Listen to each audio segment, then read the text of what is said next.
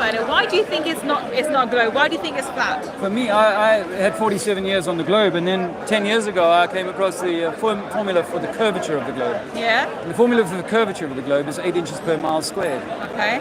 So that means that at 100 miles, you're talking about 80,000 inches of curvature, which is a lot of curvature. Yeah. And the American military, they're very proud of their railgun, which can shoot from ship to ship 100 miles, straight line.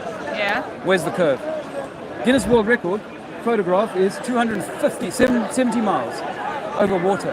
They can see the whole of an island twice a year when the sun sets right behind that island. So for me, having grown up by the sea, when I heard this formula for curvature, I was like, hang on a minute. I used to look up the coast and see street lights 10, 20 miles up the coast. Yeah. So how can I see those if there's any sort of curvature that's in the way of that? Okay. So what we're taught when we're young is that we can go down the beach, we can watch the ship go away, and you'll see it disappear hull first. Yeah. So we've been able to debunk that. If we understand how perspective and angular resolution work, we understand that perspective makes the train go small as it goes away. Yeah. Train lines compress like this as they go away. So the compression is happening in both directions. Yes, the artist will tell you that. Now, not only that, because you're standing on the beach, you're at the very lowest part of that image that's in front of you. And so therefore the ground's ramping up more quickly, seemingly, than the sky. You can't see a little bit of lost sky there, but you can definitely see a little bit of lost boat as the sea ramps up away from you. So go to Google and ask it how far is the horizon. It'll tell you 2.8 miles from if you're standing on the beach, 2.8 miles. So now we can watch a ship go away at about 2.8 or 3 or 4 miles, something like that, and then take a powerful zoom camera, and find the ship is still there. In fact, not only is it there, but there's a ship further behind it that you couldn't see when you got to the beach. And in fact, if your mate is standing on a high-rise building on the beach right behind you, he will say the ship hasn't gone over no curve. It's still on a flat, as far as I can see. So you think if that's the case, logically, He's not saying that the Earth is round. Like no, he's saying it's not. So the question I have logically is, if the Earth is flat, if it's not a globe, right? Yeah. Surely this should be at the edge of the world. Okay, that's what we're talking. What about the satellites? Let me see if I can answer those two questions. Firstly, nothing in nature lives without a skin or a bark or a peel, a shell. Yes? Yeah. So why Earth doesn't have a shell? So in my view, if you take the orange and you cut it through the equator of the orange and you open it up, now you're looking down like God would look down on the Earth. Yeah. And above us, if you put the orange back together, you've got water in the form of atmosphere. And then above that is what the Bible says is a firmament, a roof, a dome, an enclosure. In fact, Werner von Braun, the rocket scientist who led the Apollo missions, the Nazi who came under Operation Paperclip, he put on his tombstone, or asked to have it put on his tombstone, one verse, Psalms 19:1. And Psalms 19:1 says there is a roof, and that God shows us his handiwork. The roof is his firmament. That's the only verse he puts on his tombstone. So there is no way of falling off the edge of the inside of an orange. The orange would never ask itself that question, how are we getting out of here? In fact, we're hoping that no one peels the orange, because whilst we stay contained, we'll be perfectly healthy. Yeah? But once you strip it, it'll die and dry. And the atmosphere would die and dry instantly. Well, even if you can't, now, I want to answer this gentleman, because I know you've got to keep bouncing. Even though I told you that water cannot be proven to be curving. The Suez Canal is 120 miles long and level. They've got lakes in Russia that freeze over in the winter, hundreds of miles long and thousands of square miles, all of it perfectly level ice skating. Water is level when it rests. That's a fact. So everything that you're asking me now is just trying to stay away from dealing with that fact and the fact that we cannot show that we're spinning. Yes, the lights are moving over our head and you can infer that we're spinning because of that. But if you went to the nightclub and said, oh, the lights are moving in the roof, it must be that the floor is moving. No, the floor's not moving. Unless you go too much. So what about the satellites? So back in the 1950s, they started doing satellites by using helium balloons, massive silver helium balloons. And so they were able to fly, they can fly 2-ton, 3-ton satellites on these helium balloons. They can float them up in the sky for weeks, if not months. Sweden is very proud of its relationship to NASA, where they launch every day, they launch these helium balloons. NASA is the biggest buyer of helium in the world by far.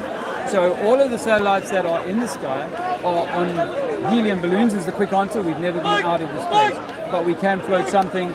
Even Google Loon was a project that started 15, 20 years ago, where they were going to fly all these over Africa. They were going to fly all these helium balloons with satellites on them so they could reach hard to reach places. But if satellites were real, you shouldn't be able to drive into the mountains and lose your phone signal.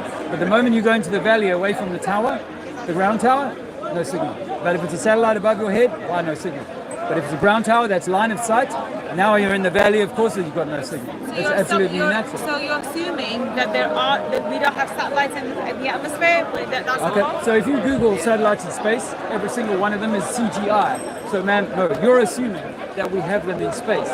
I'm saying that while satellites exist are being supported or tethered on helium balloons. We found people in jungles, they've fallen, they've got a puncture or whatever, and they've come down to the ground, and people walk up with their video, their camera, and go, oh look, this looks like a satellite. It's small, it's got a solar array, and it's got a big ass helium balloon or a balloon on the back of it. So yeah, all of satellites that we see on images are all pictures. They're all paintings. None of them are actually real. We've never seen one like physically, and no one in the space station has gone, watch, there comes one of our satellites past us or anything like that. In fact, if you look at your ground, the data industry tell us that 99% of all data traffic, and there's a lot of data traffic nowadays, 99% is undersea cable.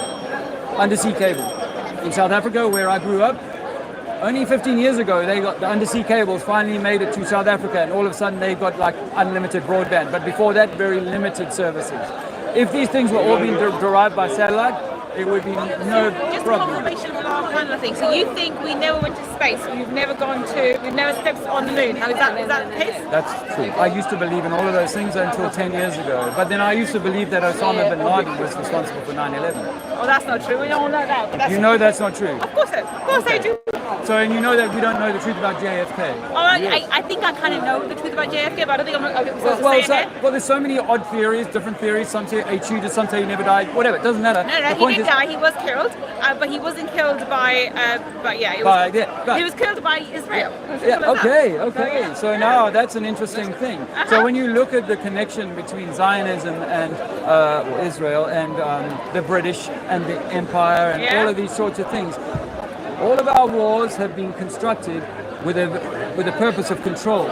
Some of it might have been to create the state of Israel with the Balfour Declaration and blah blah blah. So I'm completely disinvested from the systems of control. And one of those systems of control is this idea that Earth is a rather insignificant planet in the great scheme of the universe. Yeah. Rather than what the Quran says and what the Bible says is that God created the Earth for God's children, Chosen people, which is us. chosen living creatures, which is us. Yeah, everything's living, but we are the highest creatures, which is human beings. Yeah, I mean, I even try and segregate myself from creatures. You see, because creatures also speaks to me. I was an evolutionist. I was Darwinist. I believed in I'm not evolution. Darwinist. No, I was Yeah. 10 years ago. Right. Now, so I studied that stuff quite proficiently, and I was really good at making arguments in favor of evolution. So I come from that school. Now I say no, that God intended for you to come in this form. Yes. And that God created a habitat Yep. that was perfectly safe for us and perfectly abundant, such that we might always have what we needed. And yet we've been put into a sort of prison, dog-eat-dog, Hunger Games type environment Yep. that has us at each other's throats and fighting. 100%. Yeah. Now, I once agree you with that. realize, for me anyway, having come from the globe beneath, once you realize that this place is absolutely not moving, and it's got all the seas are on one sea level, and that yes, like Werner von Braun said, there's a firmament, and there's plenty of evidence of that, but I'll leave that to one side. That there is a firmament. That means that this place was a habitat that God created for us, to have. You know, It's been specially designed yeah. for us as No, humans. so Yes, I now agree whether with we that. blame the Zionists or the Satanists or whoever, there is someone. I'm not sure exactly who, and who's at the very toppest table. Is it the Catholic Church? You know, the Vatican? Is it the Jewish something? You know, is it this or that? I don't know. But I do know that if this is true, that the Earth is not a spinning ball, all the big governments of the world are colluding as part of the power system. Now we know that the PNAC, Project for New American Century, which you may have come across, which was a paper written by the Americans just before 9/11, was a paper saying we want to take over these 7 countries because they are outside of the banking system. Yes, I know that one. I'm Iraq, familiar with that one. yeah, Syria, all of these countries that they have messed and up. they've been systematically bombed, Yeah, and that's yeah, why yeah. the government, especially Syria, which was epitome of how country should be run. Maybe not democratic, but it was done really well. No debt. People, people had. As soon as you get married, you had everything. Yes. Everything was done beautifully. I'm not saying he was brilliant, but his system, or the way he took care of his people was amazing. America goes in and bombs it, and look what happens to Syria now. So absolutely, but it was on the list along with all the others. And guess who the list came from? Israel. Right. Well, because the Israel lobby in America is extremely absolutely. powerful. It is really powerful. But this, sorry. Yeah, we can I love it. Well, you can check out my YouTube channel on there, but you're absolutely right. I think that there is a massive and significant agenda. Trinity 4 on YouTube. There's a massive and significant agenda in the world to control us and to have control the narrative, you control the world. Exactly. And the biggest way to control the narrative is to control the media. This is why the media is controlled by one particular company, which obviously is the parent company of everything else, of the mainstream media. Obviously, there's people like you who are individuals who come out and they're able to have independent versions of, they can actually tell independent journalists, so to speak. But that's coming out. But I agree with you, there is control. Now, I'm not so sure about this, but the other things you talked about, I've gone down that rabbit hole and researched, and I agree with. Okay, so this took me months and months and months, even though I knew. This is the only thing that I've come across, which I'm not. I wouldn't say I won't say it's wrong. I just don't know much about it. So but the other thing they're talking about control, I agree with. 9/11, I knew all of these things. I believed in the moon landing, and then I had like a near-death experience in 2015. And so after that, I was like, I'm going to go back and look at this flat Earth stuff, because nothing. When I was in that dead state for 7 minutes, nothing. All of my experience, all my atheism, all of that, God isn't real, was kicked out. But that's another narrative.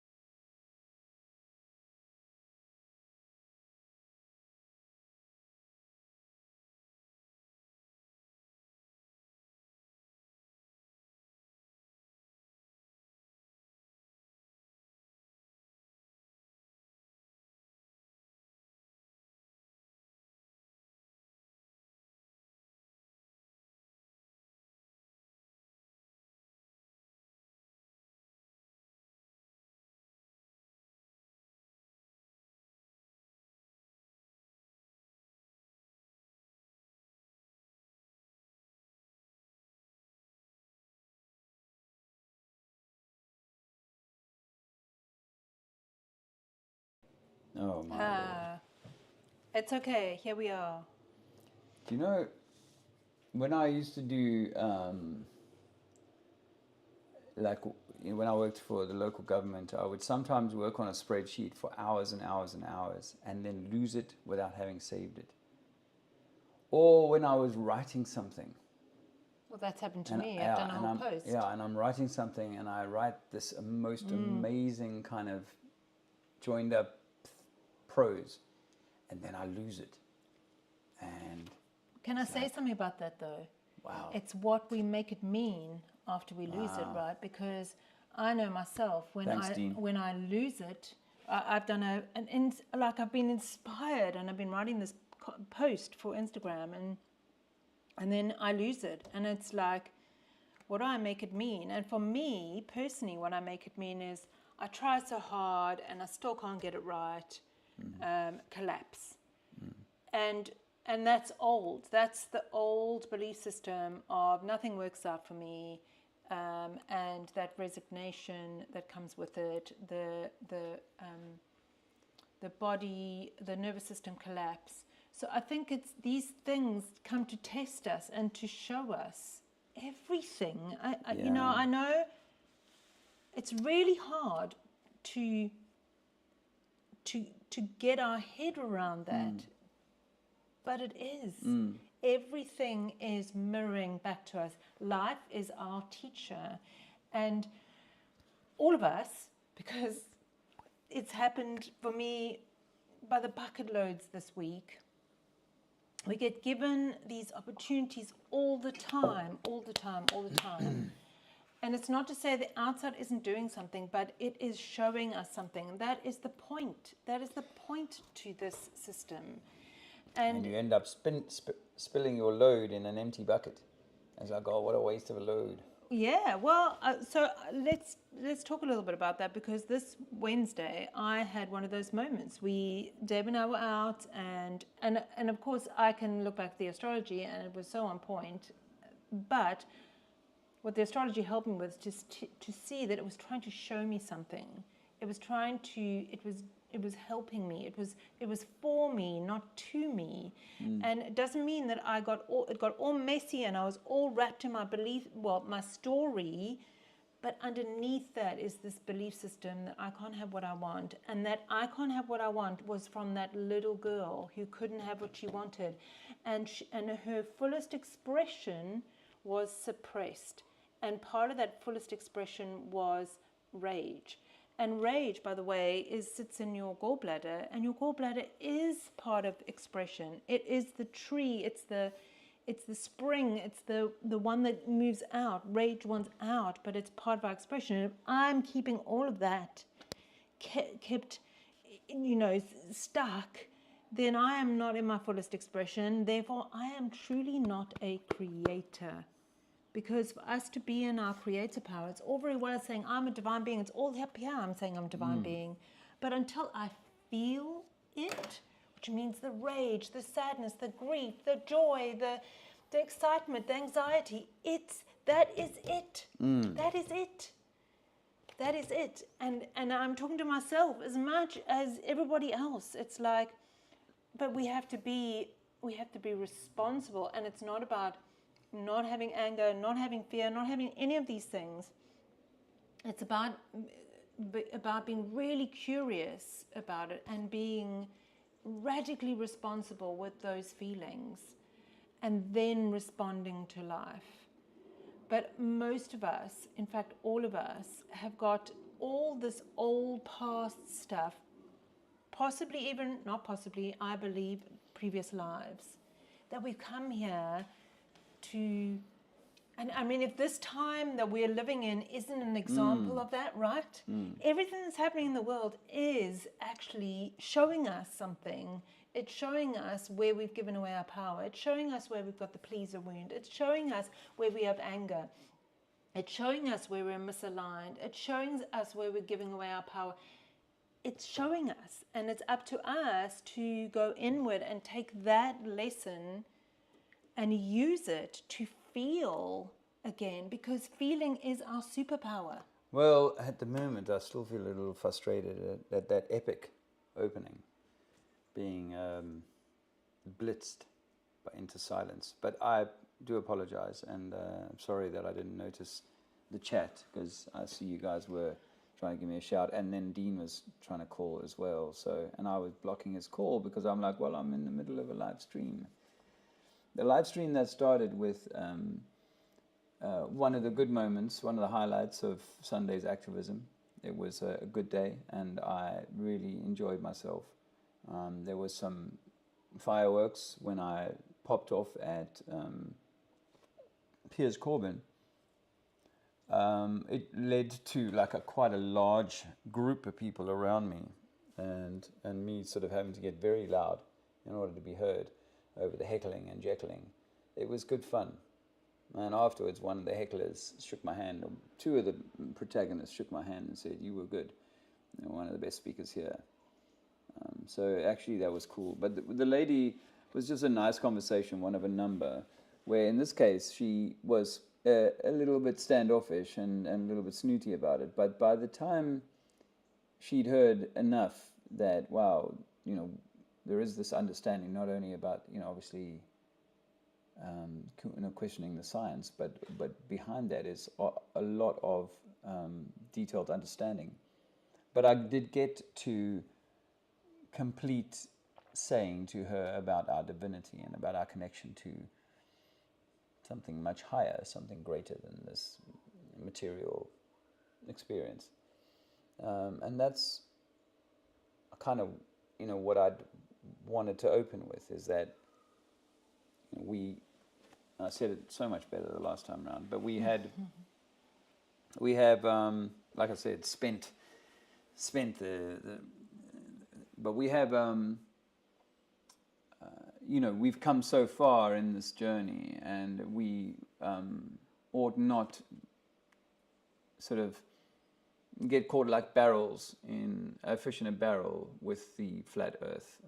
It is a stepping stone, a gateway, a portal to the divine, really the divine. And that's why I think that, you know, even for religious people, you know, no matter how religious they are, if their religiosity is based in heliocentrism, then that's a poison that was designed to have the effect that it's going to be a retardant on their spiritual expression.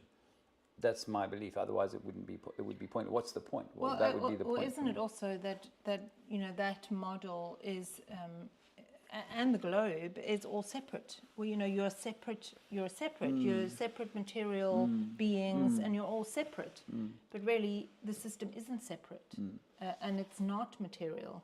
Does it manifest into material? Yes, but it's not material. Well, and, I mean, it's energetic. Yeah, and are we, you know, individually like little universes, the nucleus of a universe, and so, you know, we can bump into each other and so on in this physical sort of experience, but we can operate, you know, sort of somewhat independently of each other. You know, I think that's probably the way it was designed to be.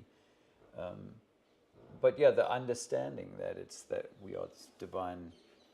Yeah, connected. It's the interconnectedness, isn't it? It's that actually the system, the way that it works, it all works beautifully together. You take an aspect of it out, and it doesn't anymore. You know, it needs the polarity, it needs the yin and yang, it needs the contraction expansion. You know, the contraction expansion and everything else. It's this beautiful balance, But the moment you make it into these planets that are rocks, and you know, then and equally us, right? We're these individuals that actually are incredibly vulnerable, because if you're your separate self, then you're on your own. Yeah. You've just got to survive this. Yeah. And really, it's not true. I know we weren't put in here to be a man on an island on his own. No, definitely not. I think we're meant to be communitarian. I think, though, to come back to your spiritual self or your divine self in this human form,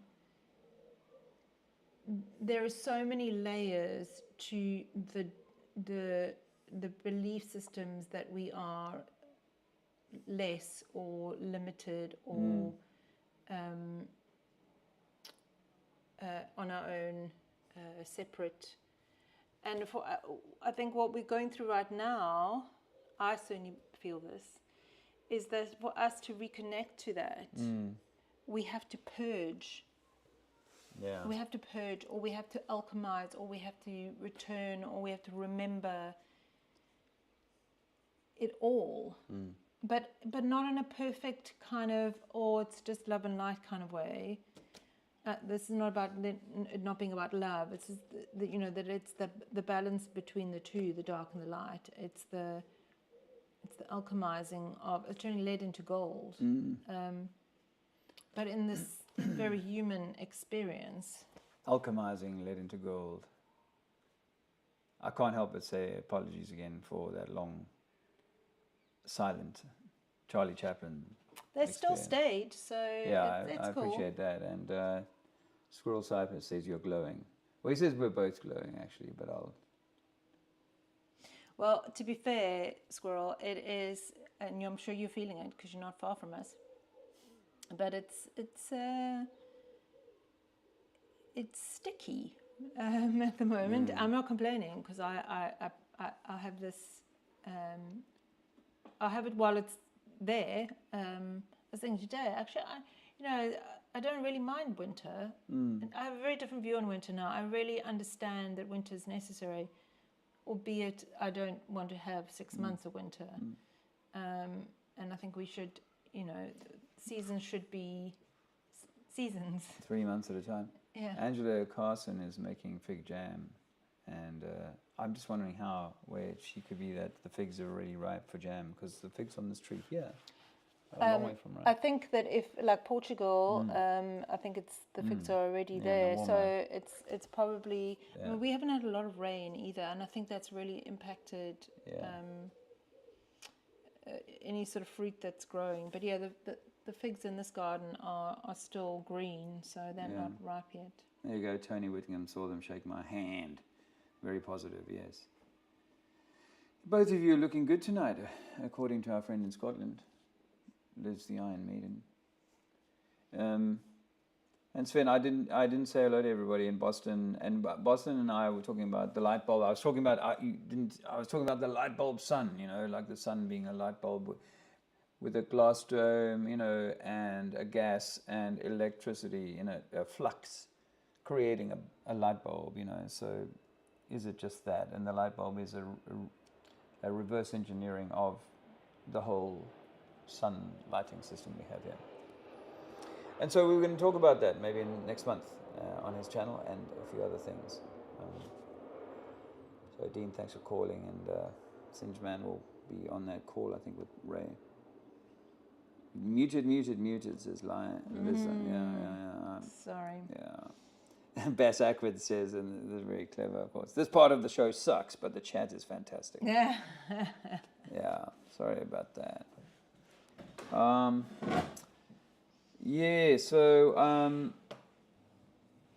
the office still up for a gimbal with a battery charger. Man, I'd love to get that. Purix gimbal. We'll look at that. And I was kind of hoping to kind of get that conversation sorted and have it for Sunday, but it is what it is.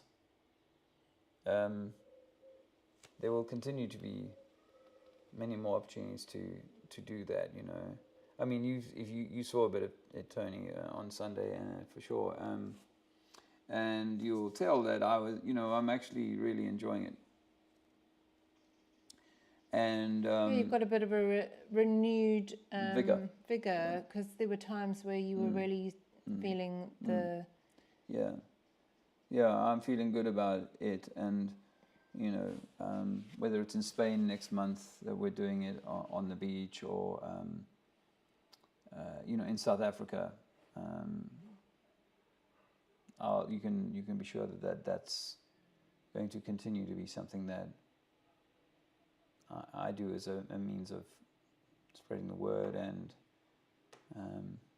raising my profile. Look, I had like 3 extra new subscribers this week. So. Activism and truth talking is definitely in his chart. It's there. and actually his mother, on reflection, we now know his mother was a bit of an activist in her own way. She would do activism against 3G masts. 3G back in the masts, day. and she was campaigning for one-way glass in a police station for rape victims. So she was kind of she kind of gave that really good example, didn't she? But yeah, Dave's meant to be doing activism. It's not all he's meant to be doing, but certainly it's one of his, what do you call it? Feathers in your bow, is that how you said? How do you say? Yeah. Yeah. Oh yeah. No, much respect. My mother, and it's her sudden death in 2011 that starts this journey for me. Yeah. Well, there's another example, right? Things happen as opportunities, and sometimes those. 1/1/1/1/1. Yeah. 1st of 11th, 2011 was her date of passing or leaving this place, and so began a journey to where we are now. So, and the world is, I don't know, in some kind of like, things are just, nibbling along, a little nibble of control there, a little bit of this is going to be coming in from this time or whatever, but I still feel like it's like the little rumblings here and there for the bigger things that are coming. And truly we have to be But sometimes the bigger things don't come as like a big thing. It is the subtle, we were talking about, was it Zizi that asked, do you think that the world will ever know that the earth is flat? And I suspect that it'll just be this sort of subtle glitching that over a period of time, with everything else that's going on, it'll just be like, yeah, of course it is. Right now it doesn't look like that could even be possible, but we're in incredible times. Yeah, we are incredible times, and for me, it's exciting times. For some people, it's and that's I'm not detracting from people's incredible struggle and hardship and pain. We know that people are experiencing that in all different ways. But at the same time, where there is a death, there is a rebirth, and that's uncomfortable. But I don't know that this journey or this path was supposed to be just some, floating down a river. I think it's the trials and the challenges are there to expand us. Temper the steel. Like the diamond, yeah. Temper the steel. It's not... Yeah. And it's like say you've gone on a safari or something, and the safari is going to end at a point, and this is the most incredible holiday or whatever. There's a couple of things have gone wrong on the safari, and when you get on the plane to return home after the safari, how are you going to feel? Like, did you exploit the opportunity, or did you spend the whole time grumbling about the cold breakfast, or the frightened about the lions? Therefore, you didn't perhaps go out and see them.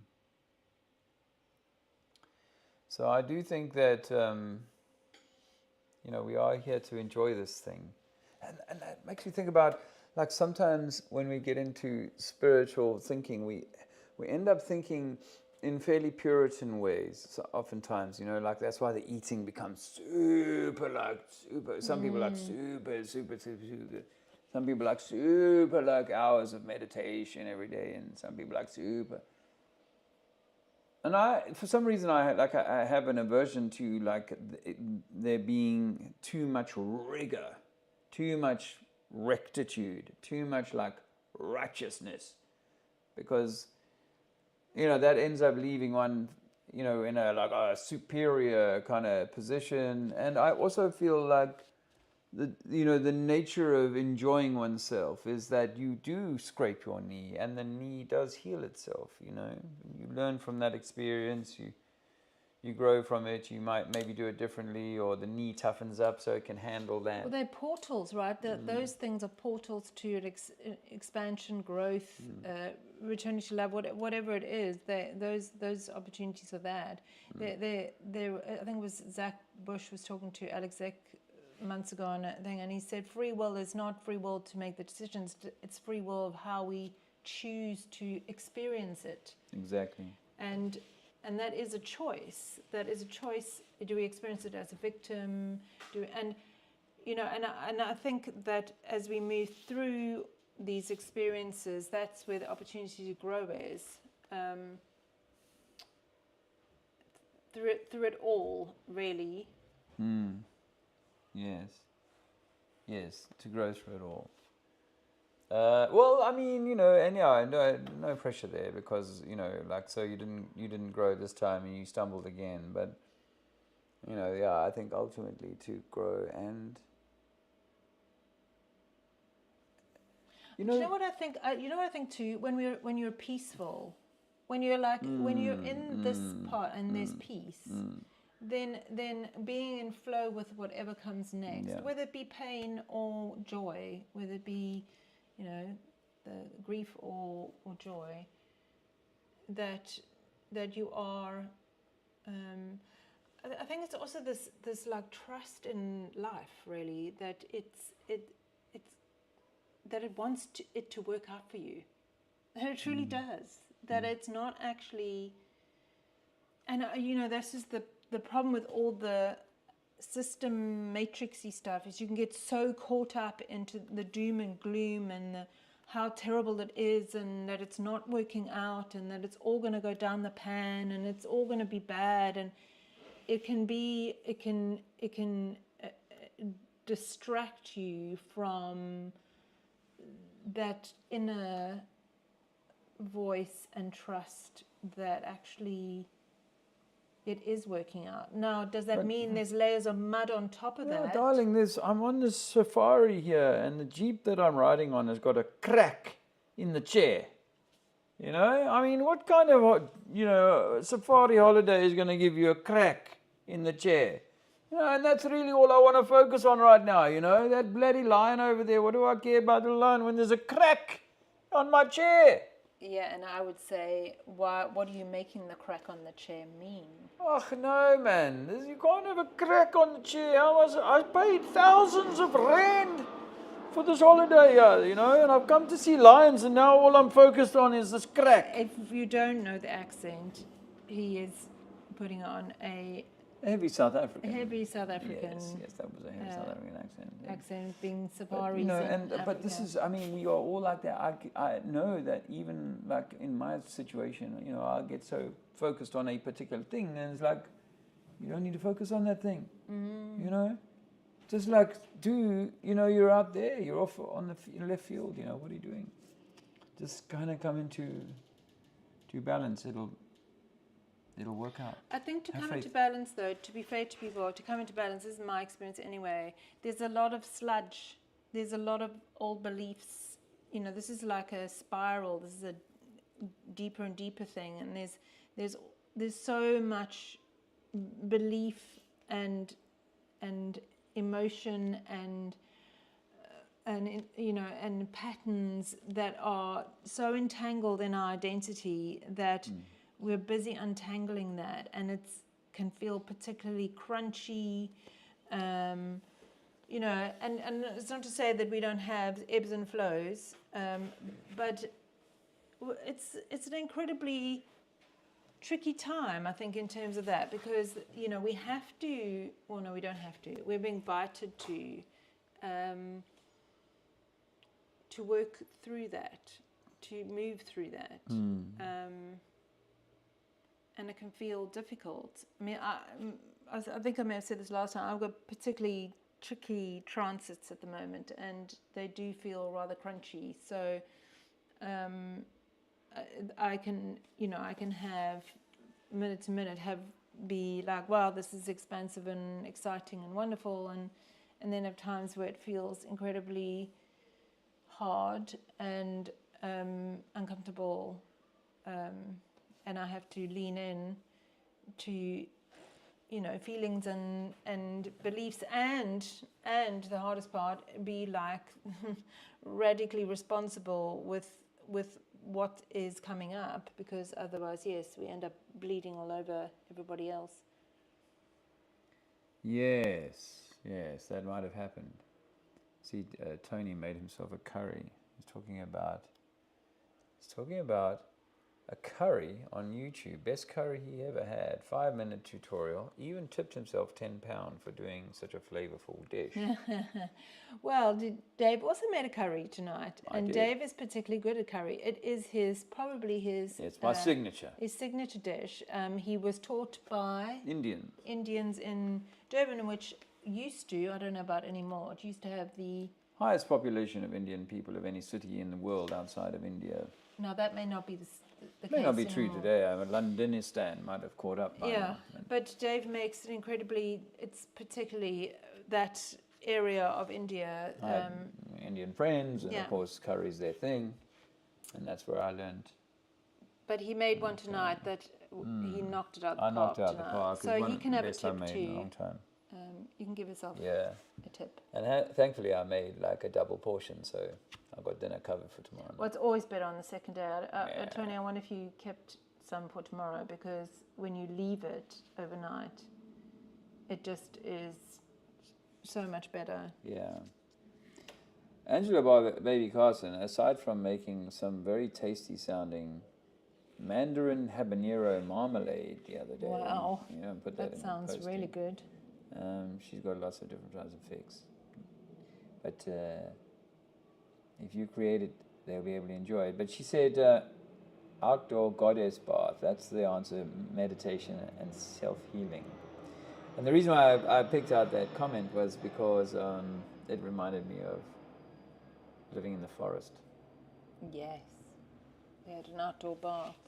When we lived in the forest in 2022, outside of Cape Town, there was a strong mountain stream that provided ample water, which was also used for like a little hydroelectric thing that sometimes broke down. Because it was poorly managed, but it yes. gave a decent amount of electric when it was working. Anyway, they had a bath set up on the hill, just away from the camp, and there was sufficient pressure to drive the hot water from the. We had many a moonlit bath. We had like a little mud donkey, so we could make as much hot water as we wanted, because unlimited wood in the forest. So we could have these big. It was a big bath, like the biggest bath we've probably ever been in. Well, all three of us would. Well, yeah, would the three of us have a could get bath. in there as easy and. But you know what? Nature's just amazing. Moonlight. Yeah, I mean, and it's different for a lot of people, because I mean, obviously everybody will resonate with nature, but some people actually, they're being in water or near water, some being in the mountains, some being in forests, that is soothing for the soul. But nature's the right frequency, right? Nature is harmonizing all the time. Nature knows, I have to say that since I've been more conscious, my experience of nature and being in nature is magnified, and I just think nature is an incredible teacher and just amazing. It just adapts. And it dies and rebirths every year, and then heals itself when it's gone through something. It's just incredible. No, nature is, and that's why the inevitable kind of thing, when it comes to how old is the universe or what happens after an event or whatever, it's like, what happens after any, natural disaster or event, nature returns, There may be variations because of the changed environment or something, but nature will find a way back in. It's incredible like that. We're incredible like that. I think that the people who run this game have been trying to trim the garden forever, and yet we still keep popping up like dandelions on a pavement. A bit like when you see a derelict house, there's always plants growing inside of They're it. starting to take it back over. Yeah, because nature will always take itself back. Wow, I mean, and how about that those in the jungles of Amazon or thereabouts, they have discovered, Peru maybe, they've discovered cities, massive cities that no one knew about. But because they've got these, ground penetrating or canopy penetrating radar, they can fly overhead of them with satellites or perhaps just planes. And they can see things that the forest has taken back that no man, for hundreds and hundreds of years, recorded years, has set eyes on. Well, I kind of see that's what we're in right now. It's an opportunity for our true nature to come back to the fore, right? Especially in particular with our masculine and feminine, we need the polarity, and it's an opportunity for the feminine to come back into their true nature, and the masculine, and then us learn to be in harmony with each other. And that includes masculine, and we're still working through that kind of in what's the word? Created separation and fighting each other. Dave obviously sees that by the bucket loads when he's in activism, although unfortunately we even see that in the chat. Tony will know what I'm talking about, where there's this really like, and that's insightful. And that's for all of us, right? It's for all of us where we're in our own ways having to take responsibility and see how we are part of that. The programming, because just to say the programming on race, for example, the programming on race and is so deep, and then I see it in this country, like where it seems like, boatloads. It seems like boatloads of people are being shipped in from Arab or African countries, and maybe it's being like blown up completely in the media, but certainly the ramifications are that people are digging into this idea that we need to shore ourselves up against the invader. And it's like, I know the reality on the ground is that if you've got one of these resettlement centers in your village and all of a sudden 150 people of a completely different demographic just swamp your town, you're going to have a real present gripe, and that's to be respected. However, these things are being created such that we just like we see in America, where people are cheering ICE, the people who are going around wrapping up people who are not meant to be in the country and so on, and we've created these fictitious borders and a sense of this road and this park is mine and so on. But doesn't that come back to like righteousness, right? Because it's really the game of right and wrong. Separation. Yeah, the game of right and wrong. So this one's right, this one's wrong, this one's right, this one's wrong, and that's, for me personally, is inculcated like very, very young in our homes and in our society and in our religion and in education, but certainly even already at home. I mean, that's one of my core wounds, is that my expression was made to be wrong, and not out of like generations of that same thing being passed down, and then you end up being this. You want to be right or good or obedient or whatever it is, and as a way of countering that wrongness, and so we're all trying to be the good girl, and my opinion, you're neither wrong nor right. There's something in between, which is this incredible loving being, but it's that salty and sweet, wrong and right, wrong and right, wrong and right, good and bad, or constantly being played. And which side are you on? Or the victim and the perpetrator, and it's, I know, and I kind of sometimes challenge myself with whether or not my considerations on this are appropriate or some kind of cop-out. But to me, like I've said it before, I would want for harming of children and people and the world and the finances of individuals and the restrictions and limitations. I would want for that to be at an end. So I support people making a claim for it to end. However, I'm not convinced that that's really the purpose of the game, because the purpose of the game is you. And you are given. You've arrived at Disneyland and they got the Wild West theme going on, and you're like, no, I don't want Wild West theme. I wanted Space Busters theme or whatever. I wanted Space Mountain theme. You could complain about it all day long, but that's the theme that that's what Disney has laid out for you this time. Or what we're going to the prison master and saying, I want more jelly, or I don't like this color jelly, or whatever, give me back my more jelly, and really you shouldn't be the prisoner in the first place.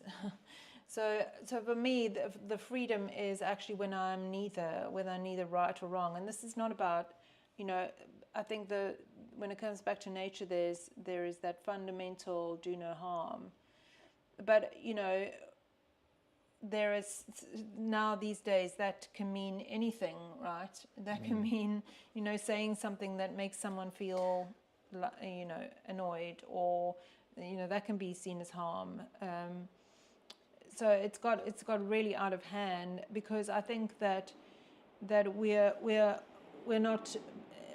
not mature enough to be responsible for our bit. We either want the outside to fix it or save us.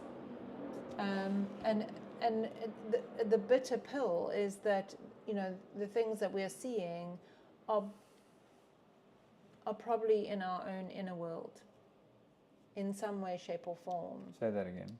The things we're seeing are probably the things that we're seeing and experiencing on the outside are mirror or reflection. Yeah, I think we're collectively adding to a narrative, and I think that seeing the narrative is an important part of the extraction. Or what did other astrologers say the other day? She said sovereignty is taken, not given, and so it's like we are so wrapped up in the story outside the narrative. This girl was saying that, right, about the narrative of the globe.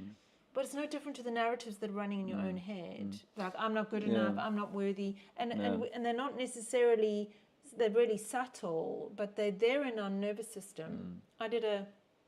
Just before you jump into it, sovereignty is taken, not given. I think that's a really important thing to remember. And so the given is me standing in Downing Street and saying, stop doing what you're doing. They're not going to give me my sovereignty. I have to walk my way to it.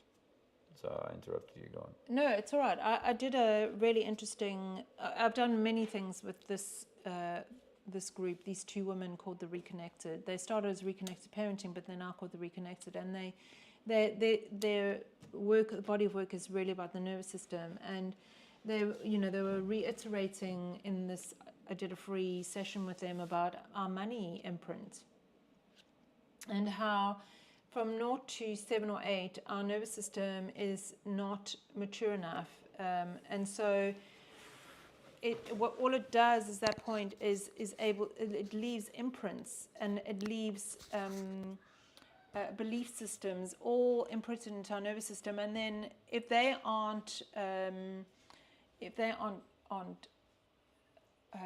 confronted or healed, or awareness isn't brought to it, and there's a maturation that happens to that nervous system, we're stuck in that 0 to 7 nervous system, depending on the particular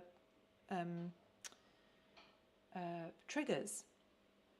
And it's fascinating, but it's so true. Our money imprint will be based on our family, perhaps our community, perhaps our culture, perhaps the environments, or what our parents' work was, and all of that. Our money belief systems are then imprinted into our nervous system, and unfortunately, whether we like it or not, money is what we need in this realm. But when we don't have money, we're in survival, because without money, we can't survive. And so survival is one of those nervous system triggers. And they broke it down into how we'll be in different fight, flight, freeze, or fawn when it comes to money. And that's just one little area. There's how we are in relationship, that'll be imprinted in our nervous system. How we see the world, that'll be imprinted into our nervous system. Just every aspect is in your nervous system until you're able to be with it. They also said something that was incredible, that your nervous system and your breath are the same thing. And so this is why we mouth breathe. This is why, because our nervous system is in dysregulation. It's not about not being in dysregulation. It's about dysregulation is necessary. Sometimes we have to be in fight, flight, freeze, or fawn. But it's about coming back into regulation, coming back into rest and digest, which I think was a big part of 2020. People were, their nervous systems could danger. There's now danger in the air. The lions are coming. System, and guess what gets activated when your nervous system is dysregulated? Well, the inflammatory, but more importantly, your mast cells, which then can create, because that's in every organ in the body, then can create a whole cascade and storm. So the whole point to this is that going back to those, I think it's the curiosity of, like, how is this outside thing making me feel? Yeah. If you have a reaction, then it's probably old. Yeah. Zizi actually he found the coronavirus today, actually. Incredible, really. Yeah, there's a video of it here. Look, he's got one in his hand. It's not particularly clear. No. It's very special, because they're probably freaking it anyway with this. Oh, sorry, I missed the audio again. What a surprise. Coronaviruses look like this. And now they're very special, because they're probably freaking it anyway with this. He saw a seed. I don't know what tree was it from. Do you know? No, and Nathan will tell us if he's still there. He saw a seed. It's the spiky one, and of course they're dropping at the moment. And so he picked it up and went, "This is a coronavirus," because it looks. It looks like that Isn't that cartoon. interesting? It represents a seed. Well, because it was definitely a seed that was planted of a narrative that. That's how the mind works. The mind is based on taking, the story. The imagination, exactly. And, they performed that with such precision, knowing what our psychology or our wounding is. Yeah, and when they talk about virtual reality, actually, I think that the globe is a virtual reality. It's not a real construct, and so people are living in a virtual construct. In a That was a sweet chestnut. Thank you very much, squirrel. You're a mine of wonderful information. Yeah, so Liz also recognizes that. Is it hazelnuts? No, apparently not. Hi, Phil. Well, I'm glad you didn't believe any of it, Angela. I said it in Speaker's Corner. I don't think that there is a single person who has stepped out of the globe virtual reality who would have.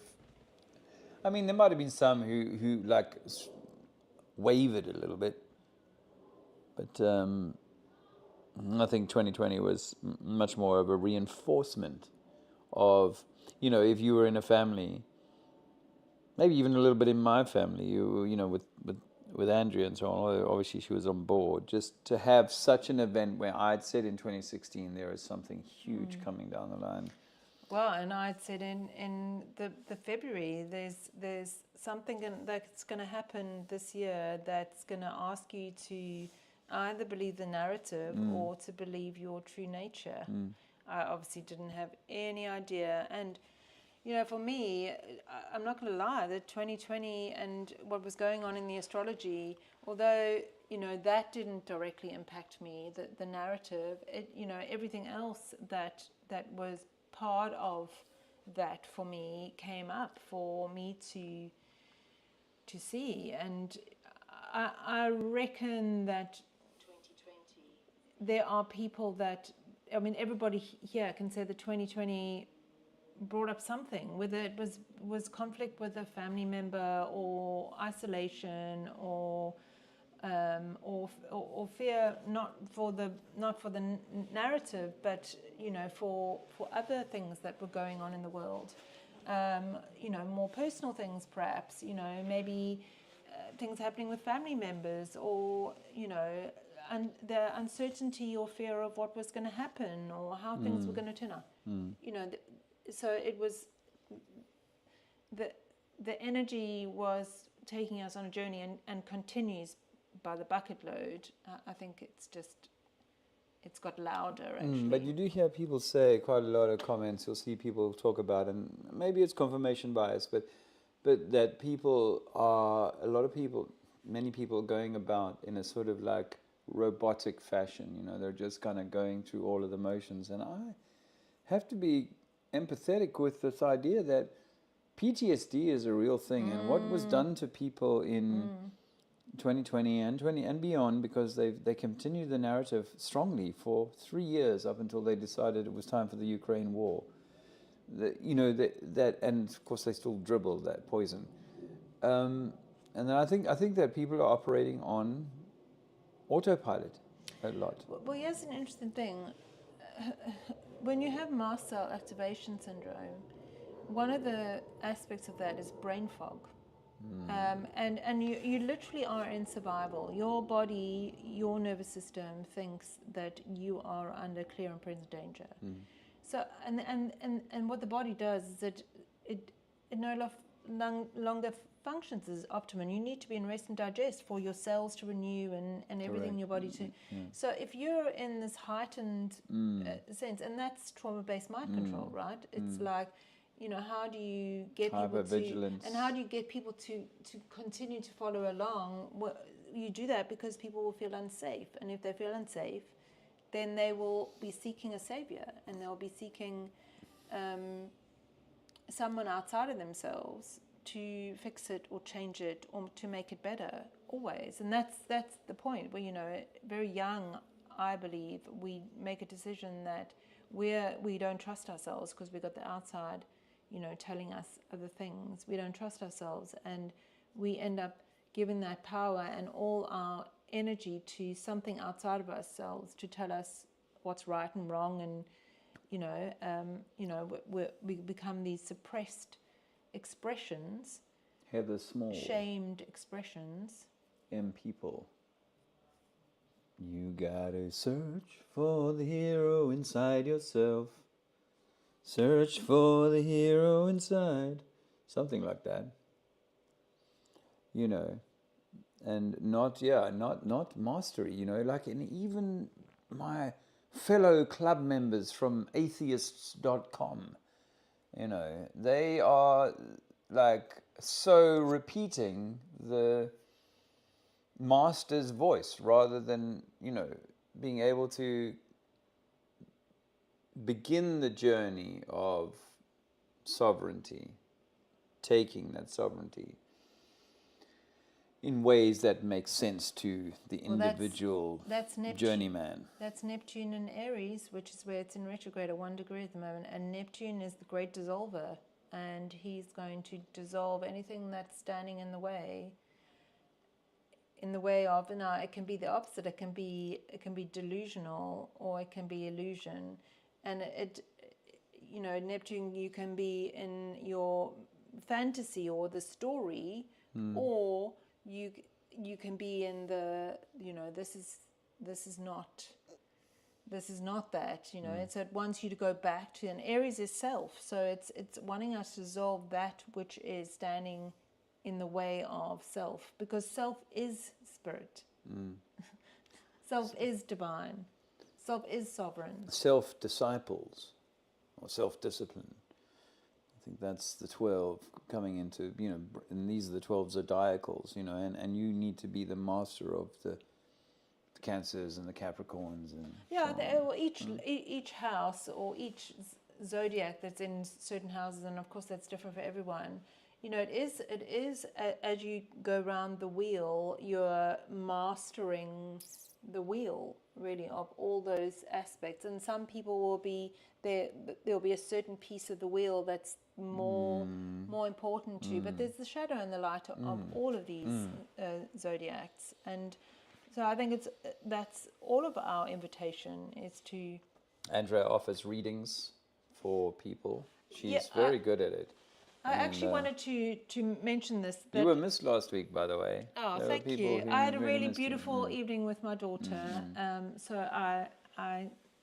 I'm glad I was missed, but I had a wonderful evening with my daughter.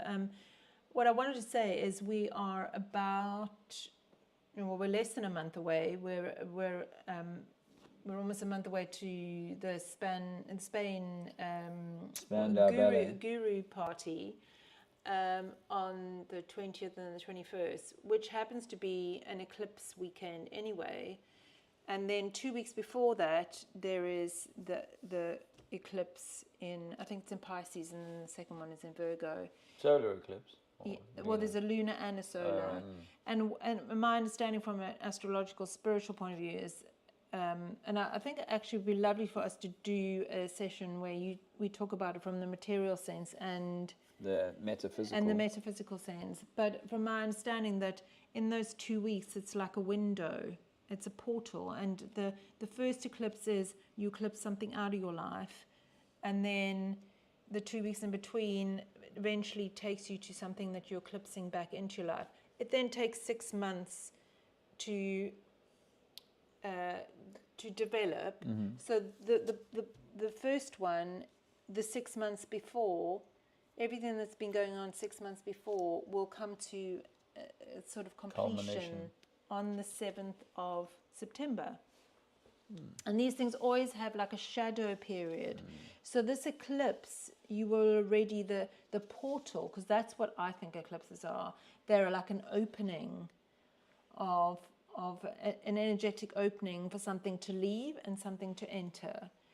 And like a burp, perhaps. Yeah, or a plug hole, you know, a plug opening and closing, but it's an energetic exit and entering.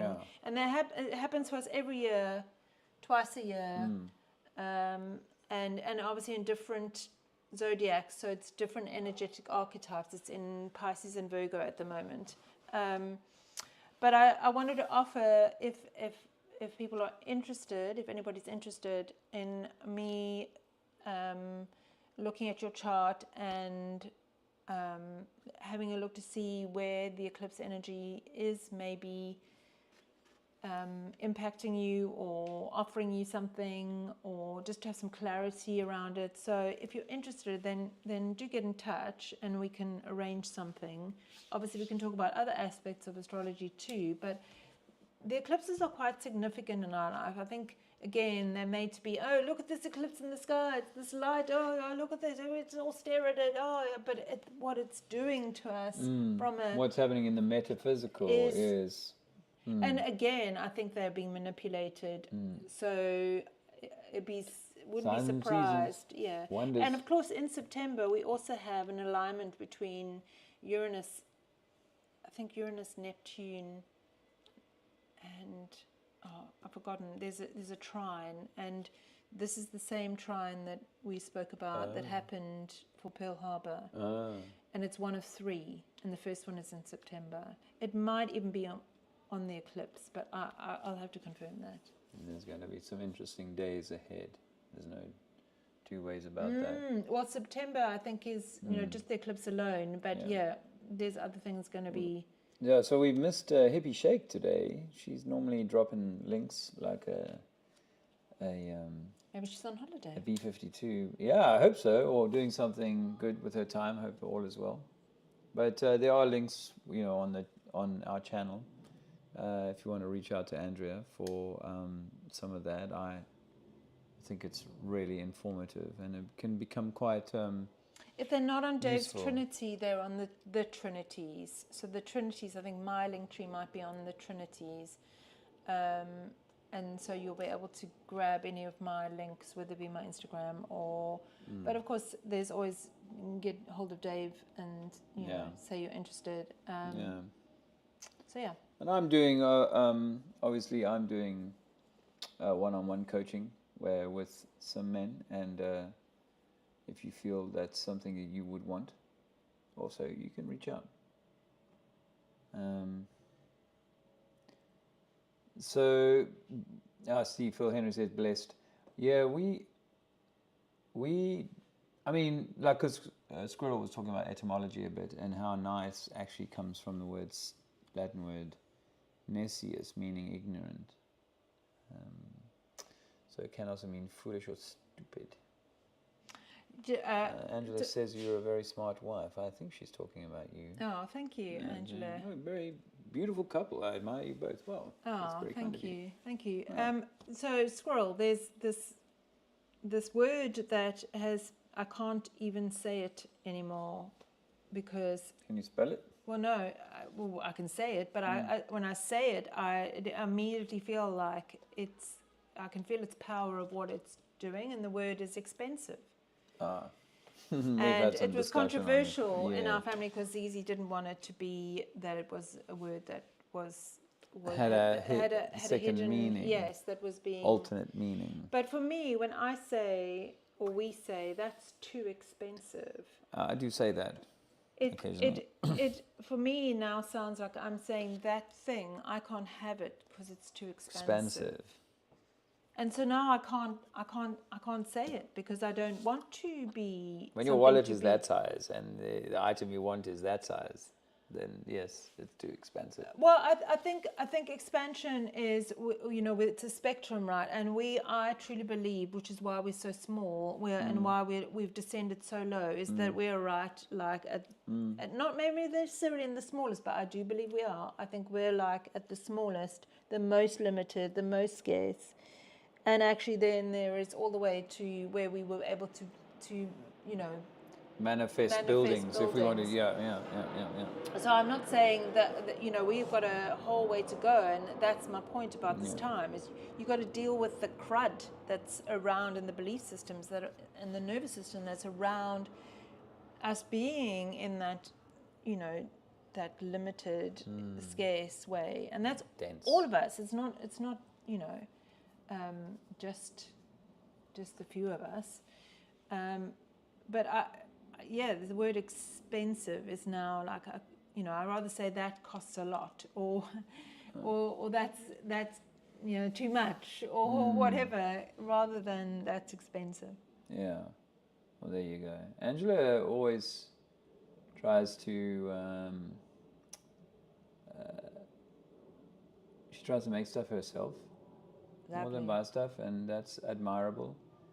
I think we want that too, by the way. Well, we try as much as we can under the, with us shifting around a lot. Yeah. That's obviously more tricky. I mean, I'm really looking forward to having some roots so that we can be a little bit more creative in that respect. I think it's fair to say that, most things grow better when they're in the soil than when they're in a pot. You can link now, Liz.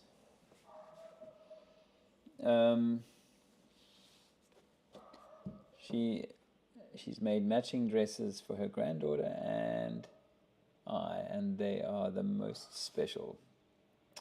Well, that's fantastic. Yeah, I think we. I don't know where things are going to be in 20 years' time, but I feel like I've got 20 years to invest in creating that kind of alternate life where there is a lot more simplicity. I think it's what your heart, it doesn't, I think it's less about necessarily that it has to be a certain thing that you're creating, but what does your heart desire to create? And if we can, and where's it, does it bring you joy? I think this is a really, really important thing. If something brings you joy, and this is, if any of you listen to or have come across Kelly Brogan, that's her big thing. It's like, I follow my joy. And joy is the heart. And to really give me joy in my heart, keep me burning. Give me joy in my heart, I pray. I'm not sure about praying anymore either, because it's like praying mantis. Anyway, but carry on. I think if something brings you joy, if you follow your heart, if you follow your joy, Dave and I are really trying to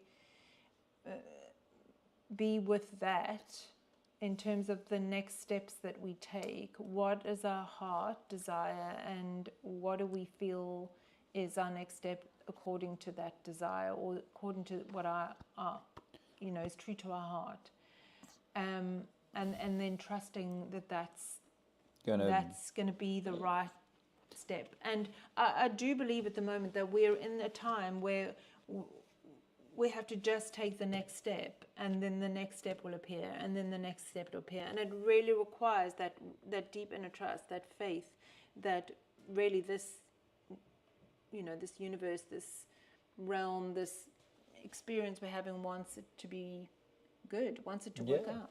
Yeah. Well, and also, even being where we are being, can we be in joy in this moment? Because if we are not in joy in this moment, and obviously not every moment, we're going to run into the wall sometimes, but if we can be in joy in this moment and be expressing ourselves in a loving, I think it's being in flow of your feelings. I think it's so, if you're feeling joy, feel joy, If you're feeling annoyed, then you have your moment of annoyance, and then you move through it, and because we meet sometimes older people where you can kind of tell that life has beat them down, and they're not even older people, it's like life has beaten down, and that's not what we want, and if we end up chasing like the truth just as much as a banker chased the dollar, then we won't find joy, although we might be able to, know more than the next guy or have a more comfortable sofa. What's really interesting is that that Venus is in Cancer at the moment, and Venus in Cancer is very much what is my emotional needs, what is my emotional security when it comes to the heart. What's going to nourish me. Jupiter's there as well, so it's he's in that expansive sort of Cancer. Expansive Cancer, emotions, security, the mother, nourishing, all those kind of things. And so, for me, it's emotion. Emotion is an energy that wants motion. Do they sometimes feel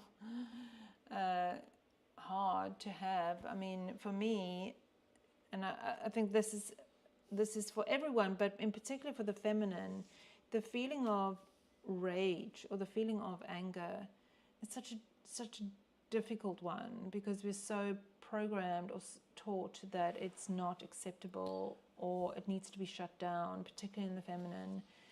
And anger and rage is important, in particular because it's what tells us that there is a boundary needed. And it's very important in terms of our energetic system of taking action. Anger is needed, but it's not something that we're shown to have in a healthy way. No. At all. And so most of us have sort of, shut it down, in particular the feminine. I remember a mentor of mine saying, we should have rage rooms. There should be rooms where you go to and you can scream and shout because, even if you had to do that in your neighborhood, unless you're lucky enough to live in a very isolated country, rural neighborhood, you had to have a rage session, there would be question marks about what And was white going coats. on. Yeah, exactly. Yeah. So glyphs, nice to see you, Greg. Hi, Greg. But I like Angela's rhetoric, which is similar. Faith in ourselves gives us capability to be and do anything we want. Yeah, I really buy into that, Well, it's choice. I think the moment you have a choice, then that's freedom. Freedom is choice. That we can choose to say yes or no if it doesn't feel aligned or it doesn't, it doesn't feel good. And that can do is far less resistant than I can't do it, it can't be done, And if Emoto's stuff is true, then, we're spell casting. And actually, it's too expensive. Yeah, it's too expensive. And actually, Sven's still here. How you doing, Sven? I was seeing, was it that Phil had said blessed. So when we, in the family, like for the last few years, when someone sneezes, we often will say bless you, That's muscle memory. And I will always say... Well, we all do now. We all do now. It's the one thing that we've been able to change. It's so programmed to say these things like good morning. But even that, just really struggle to say it now. So when someone walks towards you and says morning, I say hi because it's like my default wants to go morning. Yeah. But Dave's a bit better at saying good rising. In fact, when you were in the river at the river the other day, someone said good morning to you, and you said, Who died? Why good morning? Who died? Morning? Who died? Oh no, he said it's a very good morning. Okay, well anyway,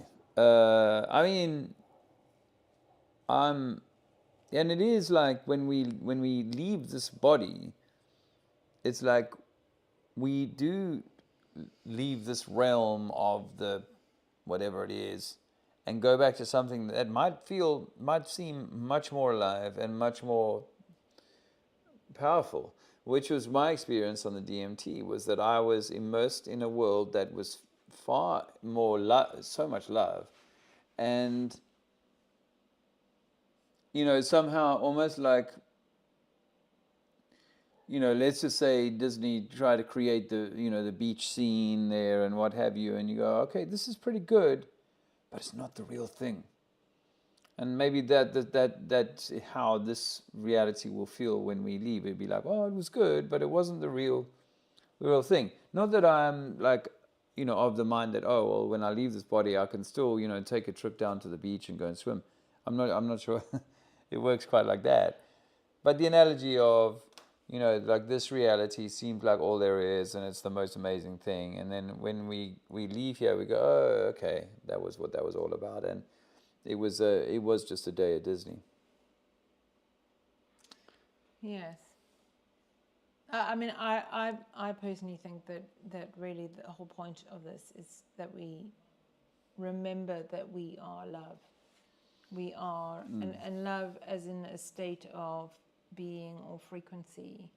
And I've said this before, love does not mean it's all soft and fluffy and light and whatever. Love can be fierce and have boundaries and take action and be truthful, and love is all, really. Love is God, in my opinion. And so I think it's the journey returning back to that, and it's compassion and forgiveness, and that's not to say we have to be it, and not in a perfect form either, because this is a human experience. It's about the journey to that, and then evoking in each other. And maybe part of the cycle from the golden age is that we lose that, and we and hopefully we can cyclically we'll return back to that. Even though we do, I believe, when we pass over, we return to that. That was our experience, right, of being on ayahuasca, is that, or DMT, was that it was just the sense of pure, peaceful, all-encompassing love was just the state of how we felt. And a homecoming, Yeah. there was that homecoming, particularly strongly for you. Yeah. So that's why I think, given that that this is really just a day at Disney, it might last 80 years or 100 years, I hope. But it's just a day at Disney. And yeah, the quicker we can get over ourselves, and I mean, you can see it with the kind of globe mindset, the quicker we can get over ourselves, and the quicker we can move on to self-actualization, self-realization. But I think the rigid closedness is a protection, because when you start to soften and don't feel like you need to protect yourself or armor yourself, then you can start to be curious about things rather than, and so then that openness happens, and and then we can have the conversation, the uncomfortable conversations. Yeah.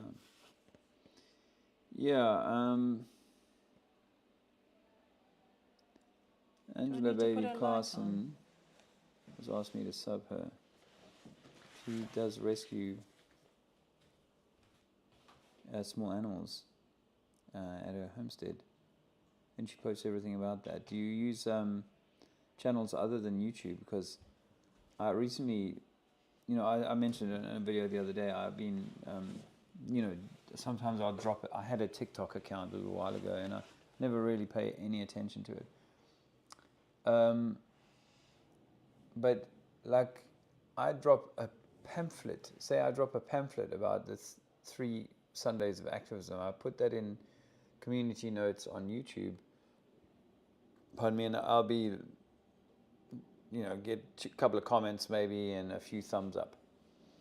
I posted on that same thing on TikTok, and it's had 100 comments and 70 likes and hundreds of views. And so I go and look at some of my videos, because I haven't paid any attention to it. Look, there's a video there with 2,000 views on, which that's not viable for me on the YouTube platform. I'm not paying any attention to it. How am I getting 1,000 views here and 2,000 there and 500 views for nothing? For something that I'd be happy to get a couple of hundred on YouTube, and I put no effort in there. So I'm just saying that maybe some of your awesome stuff would be,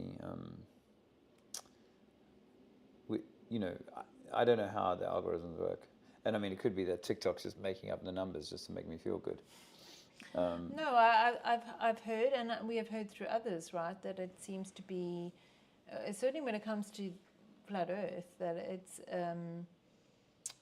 there is not as throttled. I think that there's obviously a demographic on there, and don't get me wrong, I think it's the whole spectrum. But Well, the majority of the few hundred views on the flyer one were clearly Globers, because the majority of the 100 comments were people just repeating the same 3 or 4 stale lines about flat Earth and whatnot. So anyway, that's okay, right? Angela, well,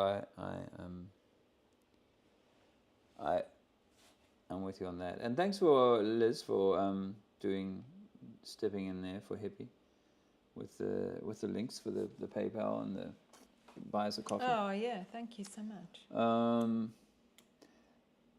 Problem can be when ego gets in the way until you deal with your shadow. I know, this is like, I want to be involved in like communitarian kind of projects, and that's a big hurdle, maybe for me or maybe for the people or the people that I'm engaged with, is that, somewhere along the line, it's like ego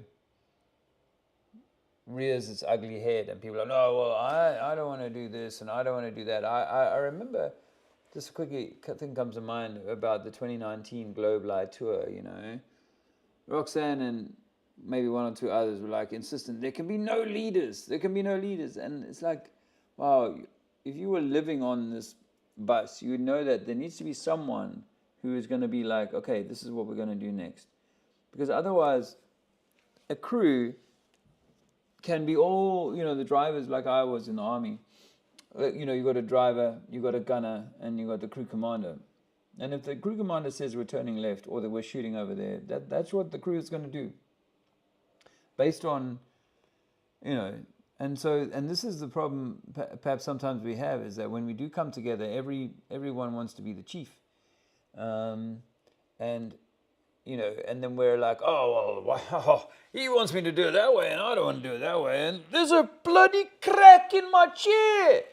I mean, how am I supposed to do this job when there's a crack in my chair? You know what I think? I think that the shadow, or when these things come up, they are the opportunity.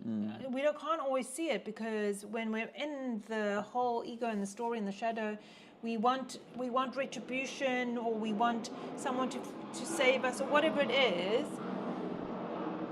Or we're feeling a whole lot of stuff are connected to that, and it gets a little messy.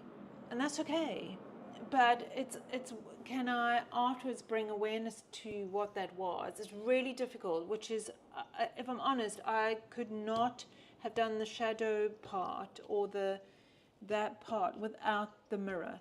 Just could not. I mean, in partnership or in friendships, you can be each other's mirrors, but for me, I needed the container, firstly the safety, and then the person to mirror and reflect back, because we cannot see it. It's so part of our identity. You cannot see the shadow, and the whole point of the ego is to protect the vulnerable one, the one that was whatever happened, and it will do that to its death. It will fight, which is why you see people fight over the globe, because it's righteous. I have to be right. I cannot be wrong. This is part of my identity, and the ego will fight. But it's not just with the globe. It's in our own personal relationships. It's in community. It's in everyday life that the shadow comes up, and we can't see it. That's the thing. People cannot see it, and it is. We need the mirror. We need the ability to be really radically responsible, and be really curious and really compassionate. Because what we end up doing is shaming ourselves for our behavior, instead of like, wow, actually our ego has been protecting us all this time. And it needed to. It was appropriate for it to do that. But we're now adults, and we don't need it to do that anymore. So it's that process of bringing it all into conscious awareness and feeling everything that needed to be felt. But it's a process, and it's a spiral. It's not a destination or a linear experience. But from my experience, and this is why I try incredibly hard, and I don't always get it right, to see everybody as being this 3-year-old in an adult's body that is trying to get their needs met, or trying to overcome the pain that they had. And those behaviors are so unconscious. That includes those people standing there like mouthing off about the globe, or people in religion, or that want to be righteous. It's an ego mechanism that believes that it has to be in control and keep you safe at all costs. But from my experience, it's deep, it's generational, it's possibly past lives. I mean, for me, the feminine persecution definitely is in my cells. And I think that's part of the rage, is the rage of being suppressed. And you know, it's like it just explodes out of me. But it's about being able to go, this is mine to own, this is mine to be with. That's hard. It's really hard, especially if you cannot see it, because your identity isn't who you are. Which is why we have identity documents, because it's not really identity, how do you say identity, meaning identi. Identity. And really it's not. It's when that dent happened when you were very young, you develop a whole persona around that experience that is there to protect you. Yeah. The thing about shadows is that the brighter the light, the deeper the shadow, but the closer the light, the shorter the shadow. So as we move into the light, you know, eventually if you're, the globe religion won't accept this, but as you get closer to the light source, then the shadow shortens until you're right underneath the light, and then there's no shadow at all. So I do wonder, you know, whether... It is. It's like a bringing the light. But You know, how as you move to the light, do you then... do that? But not by getting rid of the shadow, but actually by loving those parts that are in the shadows. That's the irony, is that most of us will be the things that are the shadows, we feel so much shame. They're hidden because they are something that we feel shameful about, and there's probably a lot of emotion attached to it.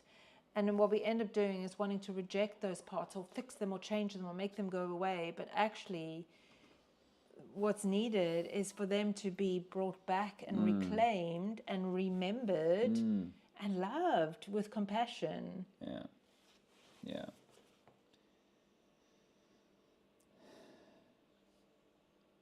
Rachel Kennedy says, absolutely, Andrea. And yes, mine was many past lives. Hello.